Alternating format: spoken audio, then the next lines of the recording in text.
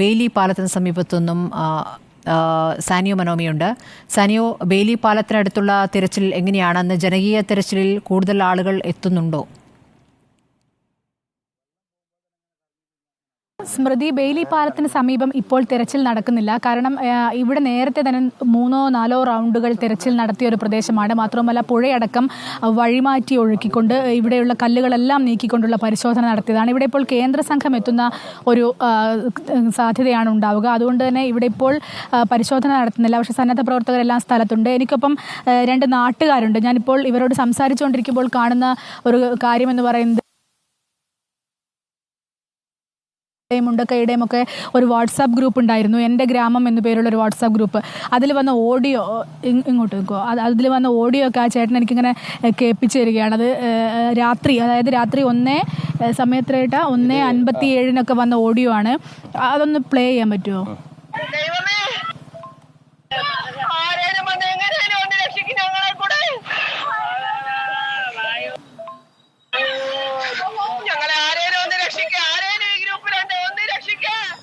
അതായത് ഇതാണ് ഇവരൊക്കെ രാത്രി കേട്ടുകൊണ്ടിരുന്നത്. അത് അവസാന ശ്വാസം നിലയ്ക്കുന്ന ആ സമയം, അല്ലെങ്കിൽ മണ്ണടിഞ്ഞെല്ലാം പോകുന്നു എന്നുള്ള ആ പേടിയിൽ നിന്ന് സ്ത്രീകളടക്കമുള്ള ആളുകൾ അവസാനത്തെ ഒരു അത്താണി എന്ന നിലയ്ക്ക് വാട്സാപ്പ് ഗ്രൂപ്പിൽ സംസാരിച്ചതായിരിക്കണോ അല്ലേ അതൊക്കെ? അതെ, ഞാനൊക്കെ കിടന്നുറങ്ങിയിരുന്നു. ഈ സൗണ്ടും ഇത് മൊബൈലിൽ വിളിയെല്ലാം കേട്ടപ്പോഴത്താണ് ഓണായിരുന്നത്. ആ സമയത്താണ് ഞങ്ങൾ ഇത് ഓണാക്കി നോക്കുമ്പോൾ എല്ലാവരും കരഞ്ഞുകൊണ്ട് നിൽക്കുക ഈ പ്രദേശത്ത്. ഫസ്റ്റ് ഞങ്ങൾ ചൂരമല ടൗണിൻ്റെ അവിടേക്ക് എത്തുന്ന സമയത്ത് ഈ വാർപ്പിൻ്റെ മേലെയൊക്കെ ആളുണ്ട്, ടോർച്ചുകൾ അടിക്കുന്നുണ്ട്, എല്ലാവരുടെയും വിളിച്ചുണ്ട്. പിന്നെ ഈ 4:15 ആ പൊട്ടിലാണ് രണ്ടാമത്തെ പൊട്ടില് അത്ര പോയിട്ടില്ല. 3-ാമത്തെ പൊട്ടിലാണ് ഏറ്റവും വലിയ ശക്തിയായത്. അതിൽ ശേഷം പിന്നെ ടോർച്ചുകളും ഒന്നും കണ്ടിട്ടില്ല. അവരെല്ലാവരും ഒഴി അതിൽ പോയി. ആ 4:15 3-ാമത്തെ പൊട്ട്. കാരണം ഞങ്ങൾ ആരാണ് ഒപ്പമുള്ളത്, ആരാ എന്താണെന്നൊന്നും ഞങ്ങൾക്ക് അറിയുന്നില്ല. കാരണം കിട്ടുന്നവരെ വലിച്ച് പുറത്തേക്ക് ഇടുക, ആ തകരത്തിലൊക്കെ കുടുങ്ങുന്നതൊക്കെ വലിച്ച് പുറത്തേക്ക് ഇടുക എന്നുള്ളൂ. ഇവിടെയുള്ള എല്ലാ നാട്ടുകാരും ഉണ്ടായിരുന്നു. ആ സമയത്ത് കുറേ ജീപ്പുകാർ വന്നിട്ടുണ്ടായിരുന്നു.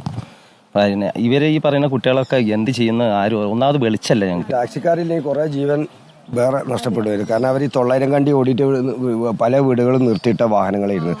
അവർ വേഗം സംഘടിപ്പിച്ച് ആ ജീപ്പ് കംപ്ലീറ്റ് ചൂരമ്മല വന്ന് കയറും ഇതൊക്കെ എടുത്ത് വേഗം കുറേ ആൾക്കാർ രക്ഷിച്ച്, തങ്ങി നിന്നോലൊക്കെ രക്ഷിച്ച്, കവുങ്ങ് പിടിച്ച് നിന്നോലെ രക്ഷിച്ച്, തകരത്തിൽ നിന്നോലെ ടെറസിൻ്റെ മുകളിൽ നിന്നോലെ രക്ഷിച്ച്, അങ്ങനെ 900 കണ്ടിത്തെ ഡ്രൈവർമാർ നല്ല സന്നദ്ധ അവരെ മനസ്സുകൊണ്ട് കുറേ എണ്ണത്തിന് രക്ഷിച്ചിട്ടുണ്ട്. പിന്നെ നാട്ടുകാരായ ഞങ്ങൾ കുറേ രക്ഷിച്ചിട്ടുണ്ട്. അങ്ങനെ കുറേ ജീവൻ ഇപ്പം നിലനിൽക്കുന്നുണ്ട്. സ്മൃതി, മറ്റൊരു കാര്യമുള്ളത്, ഇവിടെ ഒരു ശിവക്ഷേത്രം ഉണ്ടായിരുന്നു, ചൂരൽമല ശിവക്ഷേത്രം. നമ്മൾ നേരത്തെയൊക്കെ വാർത്തകളിൽ പറഞ്ഞതാണ്. ആ ശിവക്ഷേത്രത്തിന് സമീപം സ്ഥിരമായി വന്ന് നിന്ന് ഞങ്ങളുടെ ഈ ഗ്രാമം പോയല്ലോ. അതായത് ഈ ദുരന്തത്തിന് ശേഷം സ്ഥിരമായി വന്ന് നിൽക്കുന്നയാളാണ് ഈ പ്രദേശത്തുകാരനായ ഓട്ടോ ഡ്രൈവർ കൂടിയായ അശോകേട്ടൻ എന്ന് പറയുന്നത്. അമ്പലം നിങ്ങൾ എനിക്ക് ഫോട്ടോ കാണിച്ചു തന്നത് നല്ല ദൃശ്യമനോഹരമായ ഒരു സ്ഥലമായിരുന്നു.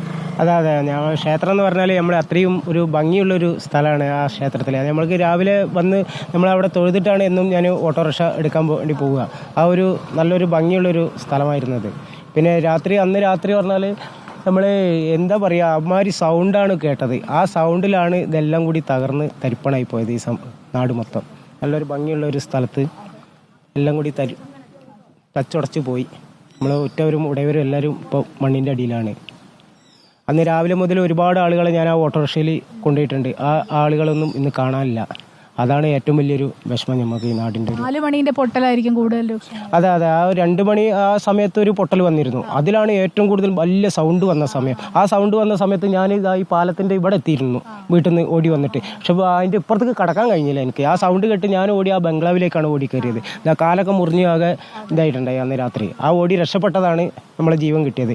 വണ്ടി പോയാലും കുഴപ്പമൊന്നുമില്ല, പക്ഷേ ജീവൻ കിട്ടിയെന്നുള്ള. പക്ഷേ ഒരുപാട് ആളുകൾ മണ്ണിൻ്റെ അടിയിൽ ഇപ്പോഴും. നിങ്ങൾ അടുത്ത സുഹൃത്തുക്കൾ എല്ലാ ദിവസവും ടൗണിൽ വന്നിരുന്ന് സംസാരിക്കുന്ന ആളുകൾ? അതെ, എല്ലാവരും പറഞ്ഞാൽ നമ്മൾ ഈ നാട് പറഞ്ഞാൽ അങ്ങനത്തെ ഒരു നാടാണ്. ജാതിഭേദമൊന്നും ഇല്ലാതെ നല്ലൊരു സൗഹൃദമുള്ള ഒരു നാടാണ്. രാവിലെ നമ്മൾ ടൗണിൽ വന്നു കഴിഞ്ഞാൽ എല്ലാ ആളുകളും ഒത്തുകൂടി നല്ലൊരു അന്തരീക്ഷമുള്ളൊരു സ്ഥലമായിരുന്നത്. ആ ഒരു അന്തരീക്ഷമാണ് ഇന്നിപ്പോൾ നഷ്ടപ്പെട്ടിട്ടുള്ളത് നമുക്ക്.